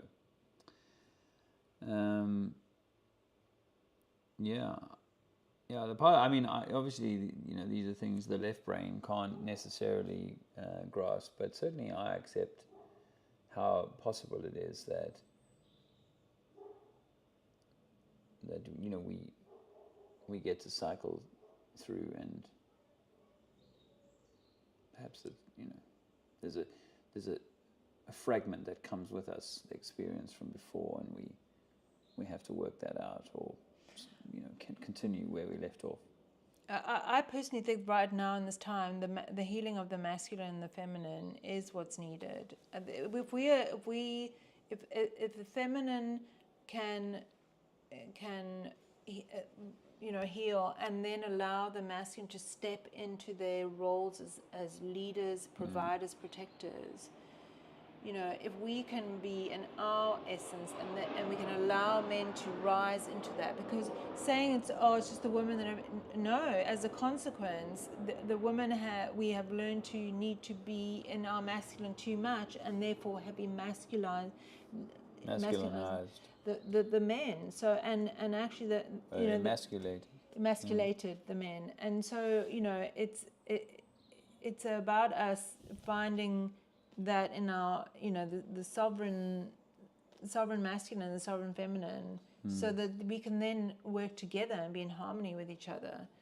But yeah, you know, for sure, women, the feminine has been persecuted, and as a consequence has felt very unsafe. I think the deep wound of the feminine is unsafety, and actually, to heal, you have to feel safe. But that includes the masculine, you know, for the masculine to feel like they can rise into their place. And we're very much in very heavy masculine energy at the moment.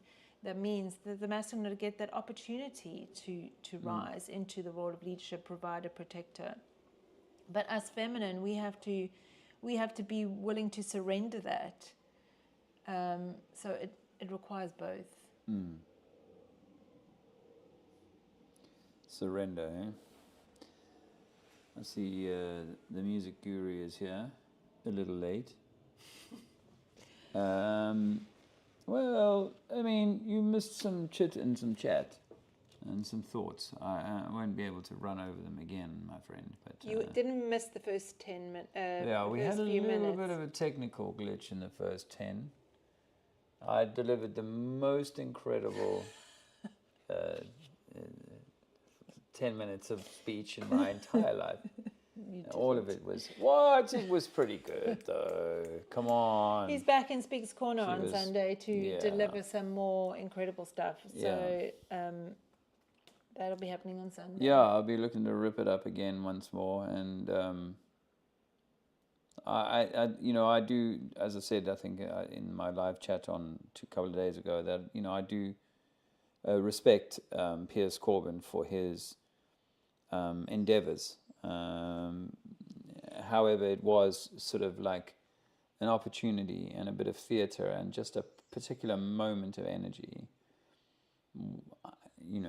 where I launched a verbal challenge to him, and it set off a bit of a tinderbox. I think that some of us are meant to pierce the bubble. Pierce. Yeah, we're meant to pierce the bubble, and and sometimes that means we have to say uncomfortable things, and that's what I mean about love. Sometimes love is telling the truth, and sometimes that's incredibly uncomfortable. I think the important part is, can we stay in the conversation? But a lot of the time we don't, because it's uncomfortable. Yeah. But we also, after the following weekend, we're at Hope Festival. You don't come from a monkey's speech. Yes. That's the one squirrel. You don't come from monkeys. One of the Muslim guys got a little angry. What are you saying I'm from? Don't say I'm from monkeys. You say I'm from what? Say I'm from monkeys. Because, of course, for Muslims, that is a bit of an insult. Eh? They do not buy that. But it's incredible. But as I was saying to them, the heliocentric, I think I said this to them anyway, I can't remember what I said, that the heliocentric model is Darwinism. It is the evolution from nothing to something, slime to, I'm just going to try and change the light a little bit. That's That better? yeah. That I didn't. If that's what you mean, Liz, that we missed that. I didn't show that tonight because the like We Gather is like a meant to be like a stepping stone on from the trenches, like that, the kind of basics, and then in that setting I am like I'm on the front line. It would be awesome to have one or two bros alongside, but I'm on the front line, and what is coming out of the warrior at that point is the different, one of the different aspect of the self, and that's not the aspect of the self that I'm here at We Gather bringing it, because it is more about where do we go on from here, so and I'm in combat. It's a bit ugly, so I wasn't, I'm happy not to. You might all agree with me when he's 3 hours 10 in the longer video from last Sunday. When he's in that place, he is, and you've said you experience this. It's like that's where he's meant to be. He's meant to be delivering this information. It streams through you, doesn't it? Yeah, I think a little bit maybe like Alex might feel, or other musicians might feel, is that you say done the practice. I mean, I don't practice like he does, and sometimes I think you put in hours of practice. But and now you're like, and now the curtain drops and it's just boom, va-da-da-dum, and then like the first chord, and then everything just booms into place, and the whole thing just rocks. And then 3 hours later, 2 changes of clothing, sweating, your buckets. And because I was having so much fun, and it was like this really challenging big group, phalanx of people around me at one point.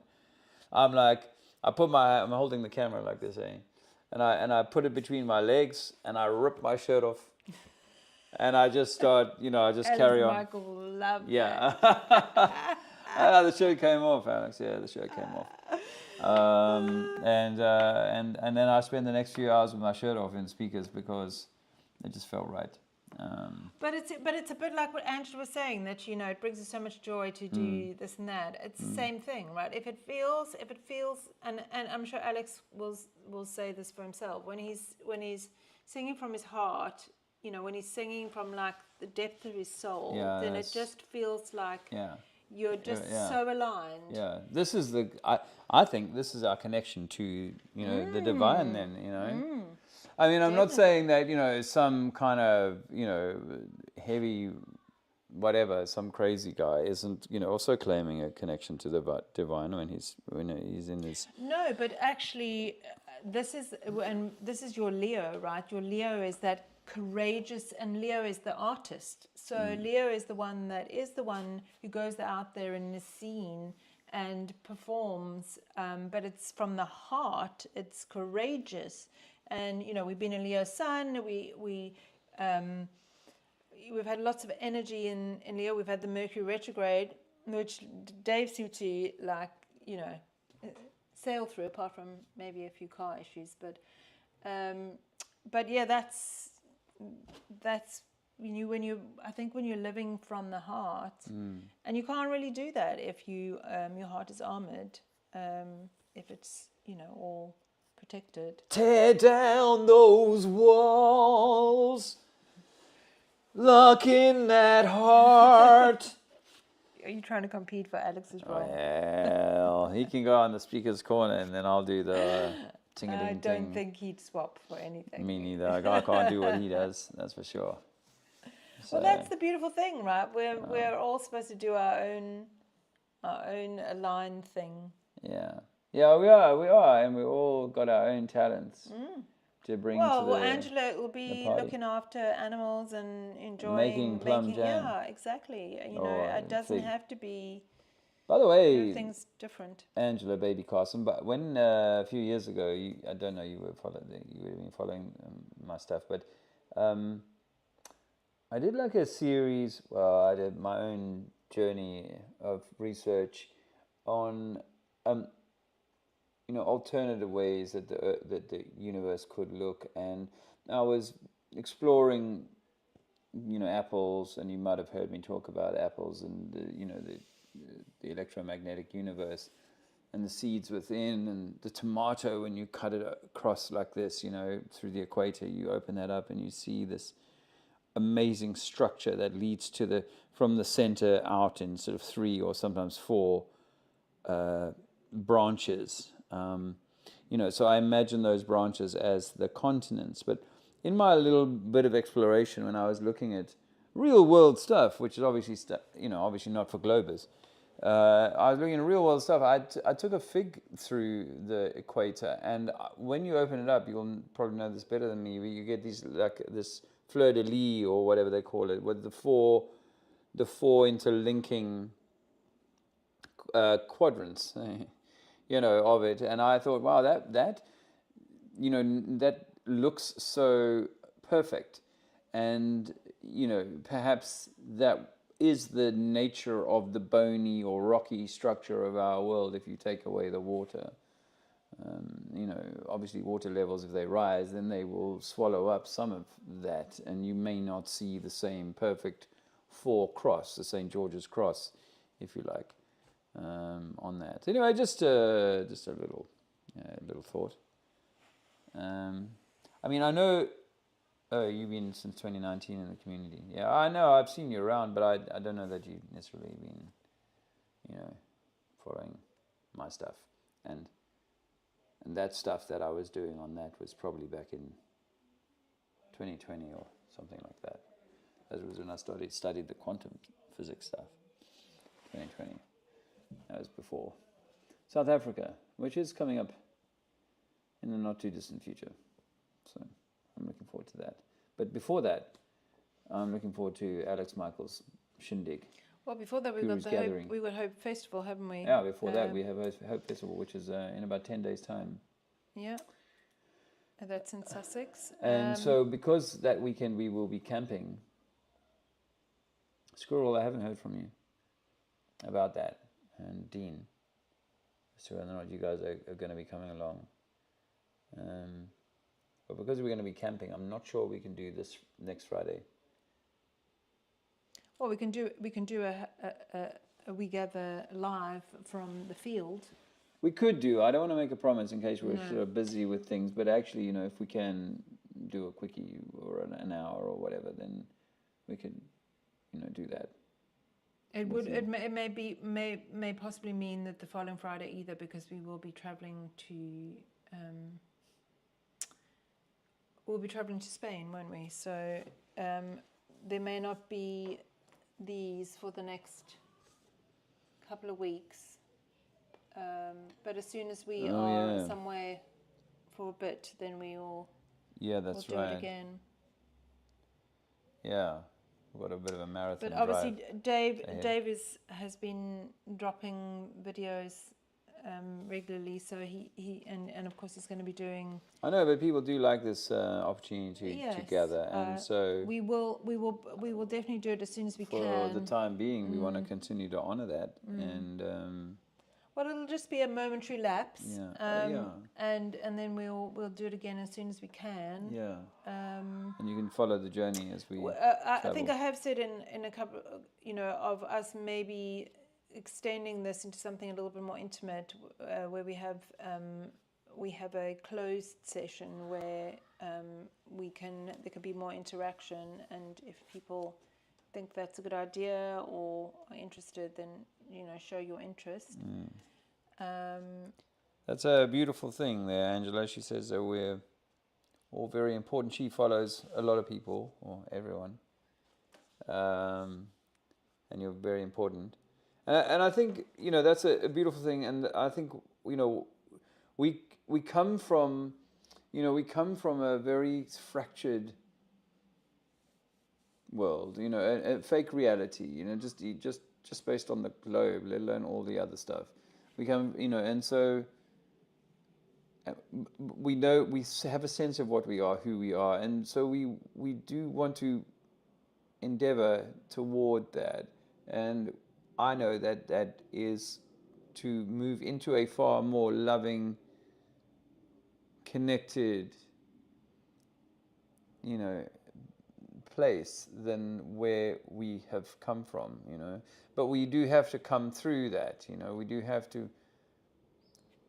to birth ourselves through that. Well, it's a reclamation, isn't it? It's a reclamation, and birth is never easy. You will tell this better than me, and Angela, having grandchildren, definitely knows this herself, and other ladies here. Well, actually, part of the letting go of the world that we knew, both out and in, within and without, requires, and even the identity of who we think we are, requires many deaths and rebirths. And it requires a letting go, and that can be one of the trickiest things, is to let go.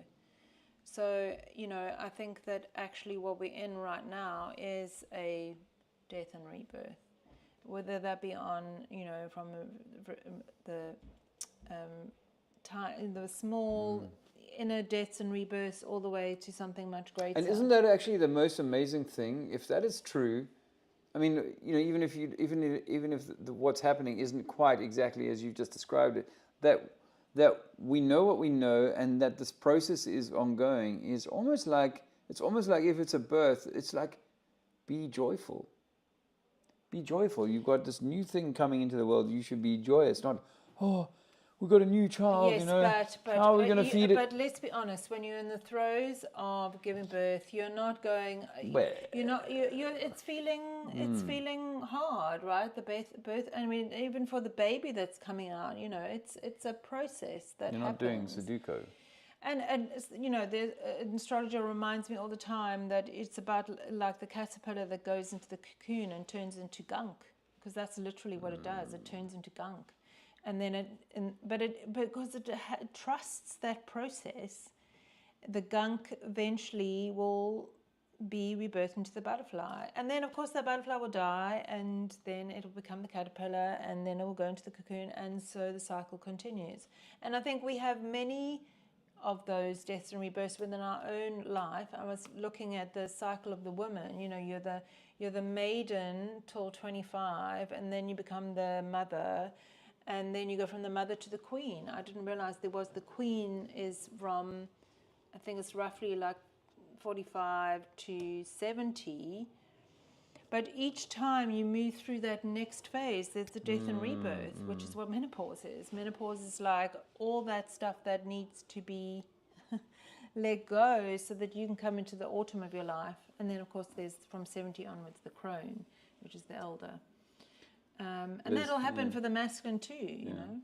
This is metamorphosis, which is like menopausis. There's also like that birth thing. But perhaps that happens every day, right? We go to sleep and then we wake up. And so it's the death and you know, rebirth, death and rebirth. I do think that. I think if we really knew what sleep was, we might not be quite like, but no, I think sleep obviously is Well, some people would say even breathing in and out, you know, when you're breathing in and out, it's like a death and rebirth. Yeah. Sven is offering congratulations to Liz, because Liz has just celebrating her 9th flat Earth birthday this weekend. Wow. That's fantastic. Congratulations. 2016 was quite a year for you. And you know, when people say, "Oh, what difference does it make?" You know how much of a difference it makes, and to your sense of who we are and what we're doing. It's been a massive thing in my life and yours. You know, no, it didn't always feel. Well, trekking through the Sahara or the Negev Desert. We once drove through the Negev Desert, actually, without air conditioning. Without air conditioning, one of the hottest places on earth. But you know, a jungle journey through the Amazon or whatever. You know, you choose this, or you're chosen. You know, it's going to challenge you, but. Yeah, from my experience, when you know that it's happening for you and you can lean into it, it doesn't mean it's not uncomfortable, but it just means that you're choosing the growth. Yeah. Whereas when it's happening to you and you think it's like, why is this happening to me? It's like there's all this resistance that's going on, and then yes, of course, it feels so much harder. Yeah. It does, and thank you. I was in cognitive dissonance. It wasn't easy to let go of the globe. Well, but well done for pushing through, though. You know, because that's why it's so hard for people. Even when they come and say, "Oh, well, why haven't you?" That means you've heard about it and you haven't bothered to go and research, or really go and do the due diligence. But that's the resistance again. You see, that's resistance. So in a way, I think instead of being angry with them, actually be compassionate. This is what the ego will do, right? It will resist letting go at all costs. Yeah. The fight is real. It's so real. Yeah. And that's for us too, you know, maybe on deeper levels, but it's there for us too. Oh my goodness. But we cannot resist the resistance either, because, you know, you've just really got to go, okay, I can see that this is hard for me to let go of right now. And you know, and I think that's how we have to meet people too. It's like, okay, I can see how hard this is for you. Yeah. And that phrase that Jesus used, which was to forgive for they know not, you know, and to use that in a way that is not smug, but in a way that is compassionate with that. Even, you know, it's understandable that that's even hard to do that, you know. And I think we all have that wound of, you know, not being heard, and our expression, i.e. what we are expressing, not being valued or or given space. And so when someone comes along, and this has been a real part of your journey, right? Because that was one of your wounds, is not what you were saying was not valued or heard or respected. And so then he was going out in the street and he was receiving that by the bucket loads, which is why, Dave's had to go through a real process. I don't really like arguing with people. It's actually not even in, Andrew will tell you, it's not even in my chart to be like an argument. I'm No, more he's a like Libra. I'm more like the... He's the opposite. Libras do not like conflict, and they like they want harmony. It's the scales of justice. So he's Libra rising. He wants. That is But actually, preference. his North Node is in Aries, and so in 1-to-1, he is to be the leader, and that it's that self, that's individual, independent. So to be able to stand in that, but yeah, Dave likes to meet with equanimity and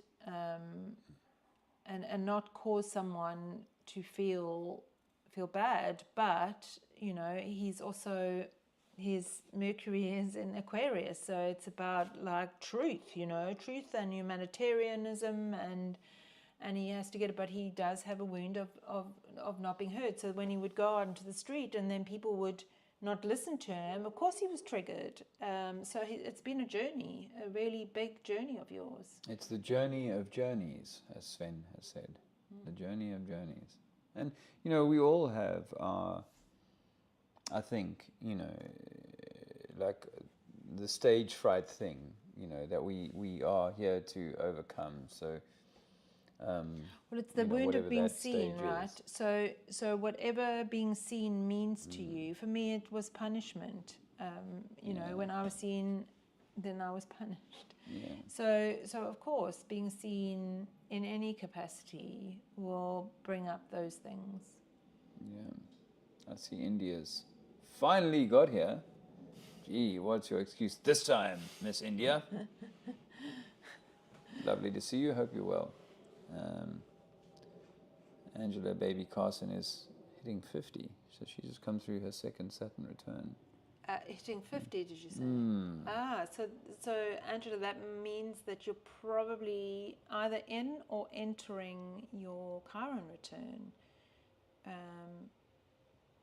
So that's an interesting Juncture or transit. Yeah. Chiron. Yeah. That's anywhere between 49 and 51 is our Chiron return. Yeah. Well, now that you're here, India, we're going to have to end the stream. Well, she can go and watch it back if she wants to. Yeah. But it's lovely to see you, and lovely to see you all Sunday in speakers. Next Friday, maybe not. And thanks, Liz, for popping the old PayPal buy us a coffee thing. If that fancy doing that would be awesome. Was there anything you want to say in closing for today? Yeah, I was not good at the beginning. Sorry about the audio. Yeah. Epic. You need to get a lip reader too. Yeah, unfortunately, amazing Luke is our tech guy, and He's been sacked. No, he puts it on and then leaves us to it and sort of leaves the room. And we hadn't done a mic check.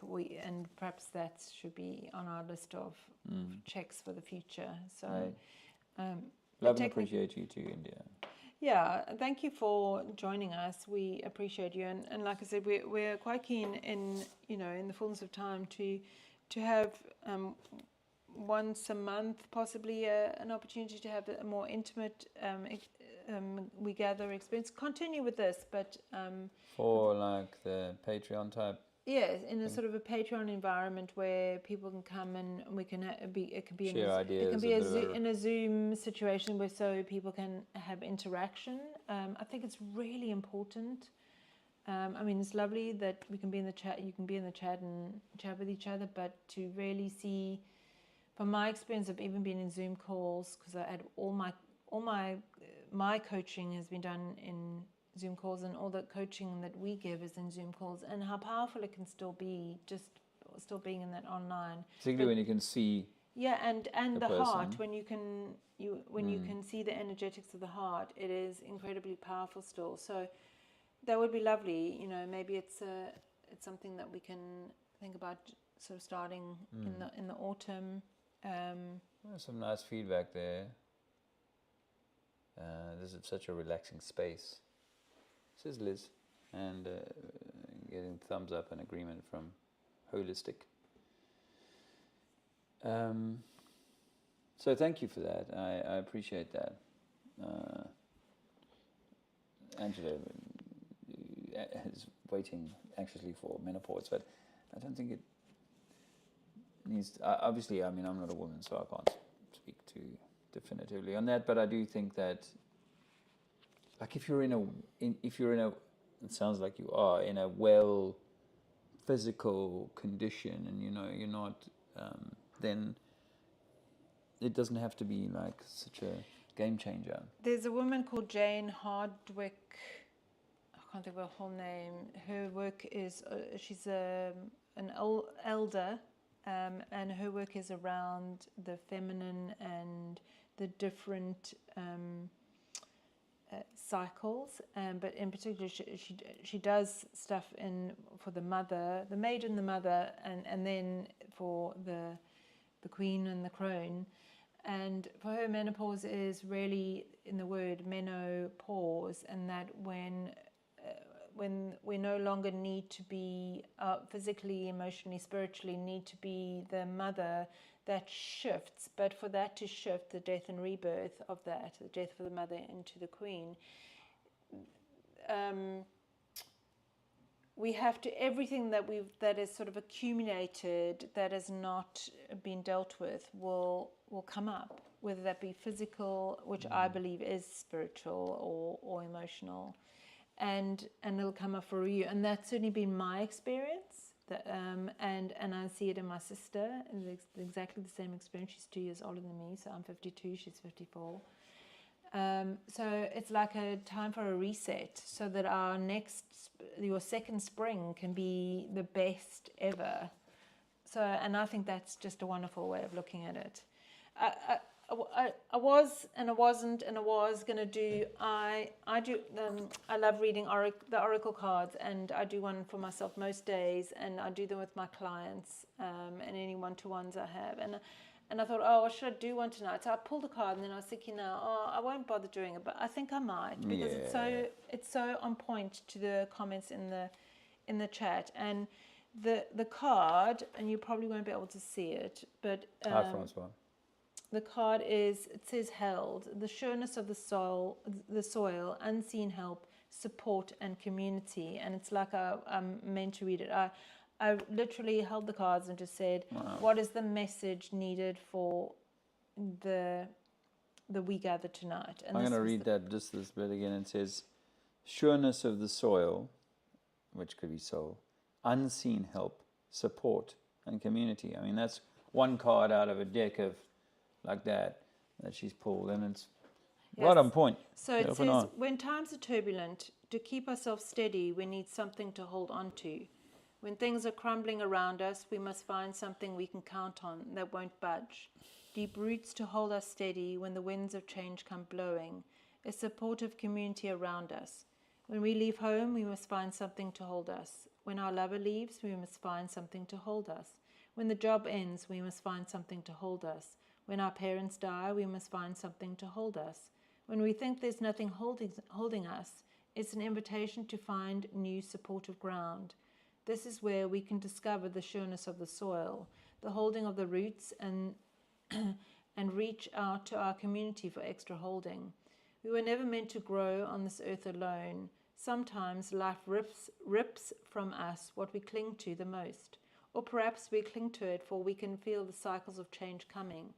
Yet in the darkness of our longest, darkest night, we discover that it's in the empty spaces that we can be reached and held the most. It is in these that we discover a holding that we didn't know before, and we discover that what we thought was a tomb is actually a womb.